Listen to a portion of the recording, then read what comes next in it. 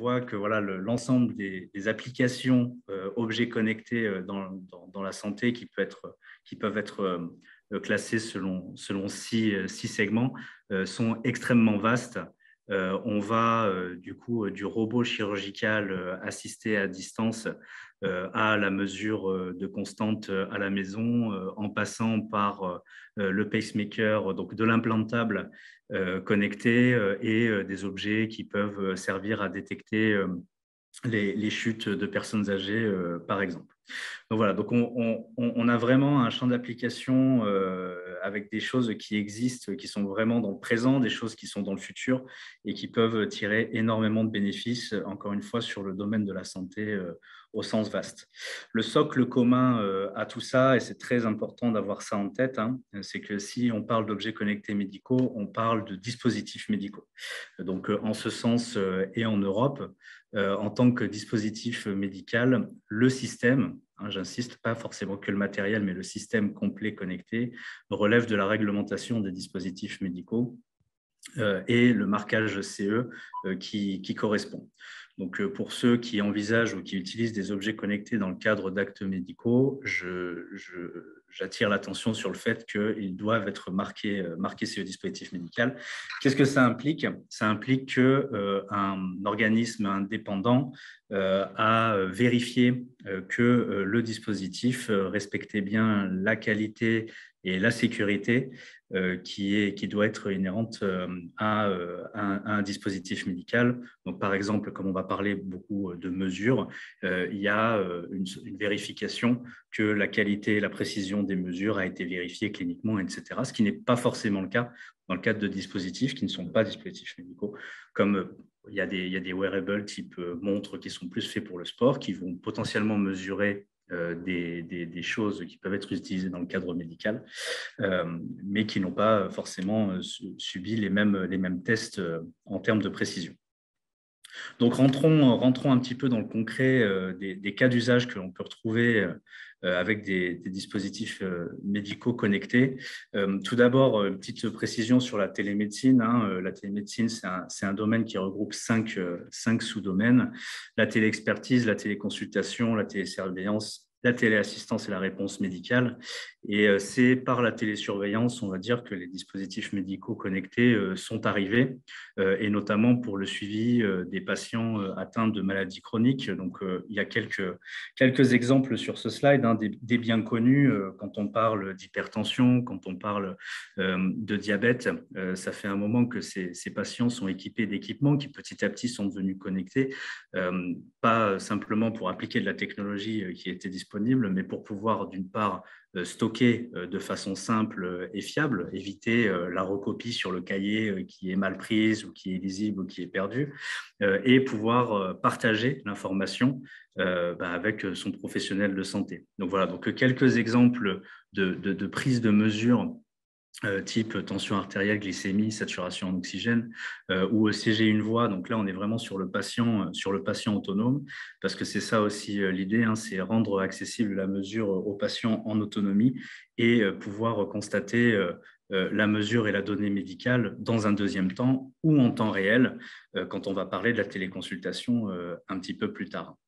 Après, on a des objets connectés qui sont plus complexes, qui vont permettre l'auscultation, donc comme par exemple les stéthoscopes, voilà, qui envoient un flux audio. Alors encore une fois, soit en temps réel dans le cadre d'une téléconsultation, ou alors en asynchrone, c'est-à-dire enregistrer le son pour pouvoir le restituer dans un second temps. Et là, on commence à avoir un autre avantage à utiliser ces objets, c'est la numérisation de la donnée, permettre l'application de traitements, soit pour pouvoir mieux les afficher, alors afficher la donnée en elle-même ou l'afficher dans le temps, ou alors la traiter dans le sens l'enrichir, pouvoir calculer des choses, calculer des indicateurs, calculer d'autres données qui vont permettre d'enrichir la donnée médicale à des fins de détection, diagnostic, etc. On voit, voilà, on pointe, enfin, on touche du doigt tout ce qui va être potentiellement intelligence artificielle, des choses comme ça. C'est des sujets dans lesquels je ne rentrerai pas aujourd'hui, mais on a pas mal de cas d'application intéressants, notamment côté imagerie. Et évidemment, ces données viennent de dispositifs médicaux connectés.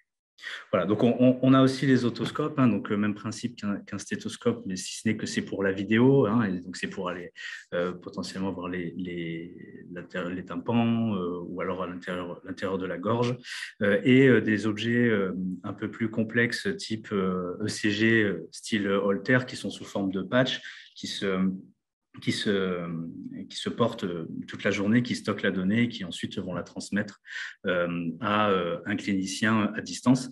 Dans tous les cas, ces objets-là, il faut une interprétation derrière d'un professionnel de santé, j'allais dire, sur la donnée brute, pour avoir, on va dire, le traitement, la ligne de traitement complète. Ce qui est important à savoir, c'est que le dispositif médical connecté, encore une fois, ce n'est pas que le matériel. Ce qu'on disait, c'est que le choix du matériel dépend vraiment de l'usage qu'on veut en faire. Soit on est dans des usages type télésurveillance, donc qui est un peu le premier cas où on a un patient qui va prendre la donnée de façon autonome et qui ensuite va la restituer à son professionnel de santé dans un deuxième temps. Donc voilà, en mode télésurveillance, ce n'est pas le même choix d'appareil ni de système que si on est dans le cadre d'une téléconsultation, avec là un contrôle temps réel du dispositif pour faire un examen équivalent à du présentiel. Et après, on peut rentrer dans des cas d'utilisation qui sont encore plus complexes, où là, il va vraiment falloir avoir un système, mais le système d'information complet, donc aussi la partie numérique et logicielle, qui est compatible, typiquement dans le cadre d'une téléexpertise, on peut imaginer un patient qui n'est pas en mesure de faire les mesures soi-même, qui doit être assisté d'une infirmière, avec les données qui doivent rentrer dans son dossier patient et qui ensuite seront consultées par un ou plusieurs professionnels de santé selon des spécialités différentes pour une interprétation, donc encore une fois dans un deuxième temps. Donc voilà, donc le dispositif médical connecté, c'est un ensemble, ce n'est pas que le matériel, c'est aussi le système d'information qu'il y a derrière. Si on fait un petit focus sur la partie téléconsultation, petit à petit, on resserre sur un cas d'usage. On voit que les objets les dispositifs qui sont proposés, c'est rarement des dispositifs unitaires. Les fabricants ont tendance à les rassembler ensemble parce que justement pour cet usage précis qu'est la téléconsultation et la téléconsultation de médecine générale en l'occurrence ici, on a besoin d'un certain nombre d'objets connectés, donc on va les retrouver tous ensemble sous différentes formes. Donc là, voilà, on voit les bornes, les cabines de téléconsultation qui sont bien connues, des versions plus mobiles pour, par exemple, accompagner une infirmière sur un territoire donné, ou les chariots donc, sur la droite de l'écran. Donc voilà, plusieurs cas d'application où on va retrouver ces dispositifs-là, typiquement en pharmacie, dans les entreprises directement, comme je disais, dans les mains d'une infirmière ou directement en établissement, et qui doivent vraiment faire partie d'une organisation. Donc si on prend l'exemple, par exemple, des CPTS, où on va avoir une infirmière qui est équipée pour faire une téléconsultation avec un des médecins, c'est des choses qui existent, mais qui doivent être pensées dans l'organisation complète du territoire. Ce n'est pas simplement j'ai un objet et puis je vois ce qu'on en fait. Il faut vraiment qu'en amont de ça, on ait bien l'usage en tête et l'intégration dans le parcours et dans la pratique. Rapidement, les avantages, bon, le premier est évident, hein, c'est ce qu'on essaye de faire avec tous les aspects de la télémédecine, hein, c'est avoir accès aux patients à distance pour des raisons évidentes d'économie de déplacement, de répartir la charge médicale sur plusieurs ressources. Et quand je dis économie de déplacement, c'est que ce soit pour le patient ou que ce soit aussi pour le praticien. Je pense que Nicolas pourra revenir dessus mieux que moi sur ces aspects-là. L'objet connecté en lui-même, il va apporter de la donnée. Donc l'idée, hein, c'est de fiabiliser le diagnostic, c'est se rapprocher vraiment des données qu'a un professionnel de santé quand il est en présentiel. C'est ça qu'on cherche à faire. Et après, tous les aspects, j'allais dire, qui se rapprochent plus de la télésurveillance et qui donnent des avantages qui sont aussi très importants, parce que du coup, on a plus de données dans une continuité temporelle, donc plus exhaustive, des données qui sont prises dans un environnement plus proche de l'environnement de vie. Par exemple, pour la tension artérielle, on parle souvent d'effet blouse blanche quand on fait une mesure ponctuelle en cabinet. Quand on est à la maison, que le patient fait ça chez lui et dans le confort de son domicile, on va avoir tendance à lisser cet aspect-là. Ces données-là, comme elles sont numérisées, on peut les faire entrer dans un dossier patient, encore une fois, de façon automatique, systématique. On retrouve cette notion d'exhaustivité qui va permettre d'avoir des données intéressantes vis-à-vis de l'antécédent du patient. Et voilà, encore une fois, on revient avec ce traitement intelligent de la donnée dans le futur ou même maintenant. On a des cas d'application qui sont vraiment intéressants là-dessus, qui est permis grâce à tous les avantages qu'on vient de mentionner pour, encore une fois, enrichir, détecter plus rapidement ou mieux, en tous les cas. Évidemment, il y a des freins ou des points à améliorer. Le premier, c'est comme toute innovation, comme toute nouvelle fonctionnalité ou nouvelle technologie, il faut gagner la confiance. Il faut gagner et la confiance passe par la fiabilité. Donc, je reviens sur bien s'assurer du marquage chez le dispositif médical de la solution qui est utilisée. Regarder sa destination d'usage aussi, c'est important. Voilà, donc ça, voilà, c'est un travail de tous les jours pour gagner cette confiance. L'autonomie des utilisateurs, on est sur des choses qui sont, mine de rien, techniques. Il faut faire oublier cette partie technologique, cette partie technique pour qu'il n'y ait pas de grippage et que, du coup, cette intégration dans les pratiques se fasse la mieux possible, hein, parce que c'est vraiment le troisième point qui est très important, c'est l'intégration dans la pratique et dans le parcours. La compatibilité dans l'écosystème numérique est évidemment importante parce que du coup, on parlait d'avoir des données qui remplissent automatiquement des dossiers patients, mais si pour un patient, il y a plein de dossiers, ça ne fonctionne pas. Donc, cette notion de compatibilité et d'interopérabilité des différentes solutions est importante. Et on le sent, hein, il y a plus d'acteurs, il y a du matériel en plus, il y a des fournisseurs de logiciels. Donc, qui dit plus d'acteurs, dit il faut trouver un modèle économique qui soit pertinent pour que tout ça amène la valeur qui est escomptée, mais sans perdre de vue qu'il faut que le modèle économique soit réaliste pour que ça fonctionne.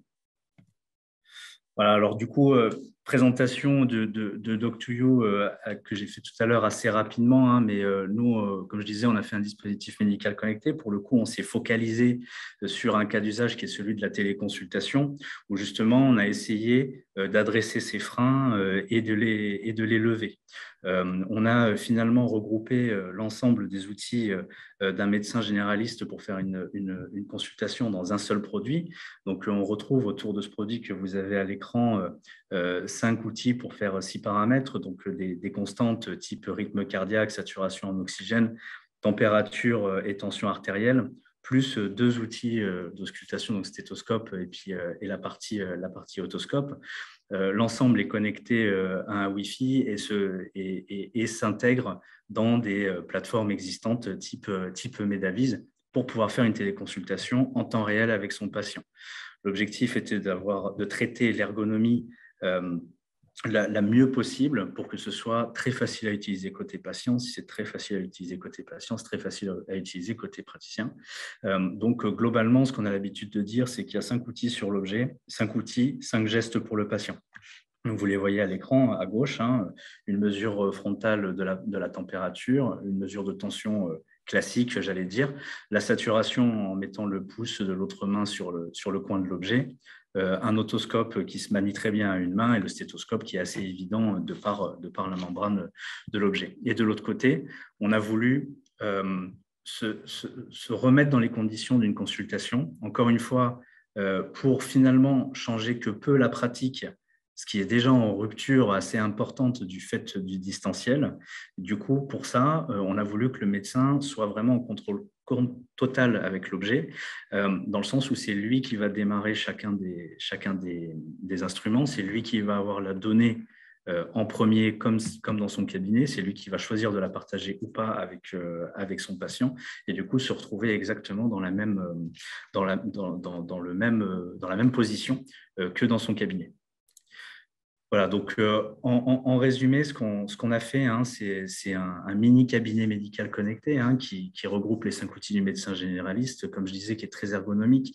On voulait faire quelque chose de très léger et compact pour pouvoir adresser tous les avantages liés à la mobilité de l'objet. Hein. Je l'ai là pour le voir en taille réelle, je l'ai sur la vidéo si on la voit. Voilà. Voilà, donc c'est vraiment petit, ça se transporte très facilement. Rechargeable évidemment, et le point très important, c'est la capacité à s'intégrer dans les plateformes existantes comme Medavise pour que, en tant que professionnel de santé, vous n'ayez qu'un seul outil, ou en tous les cas un outil qui converge pour tous les usages de la télémédecine, dont le nôtre.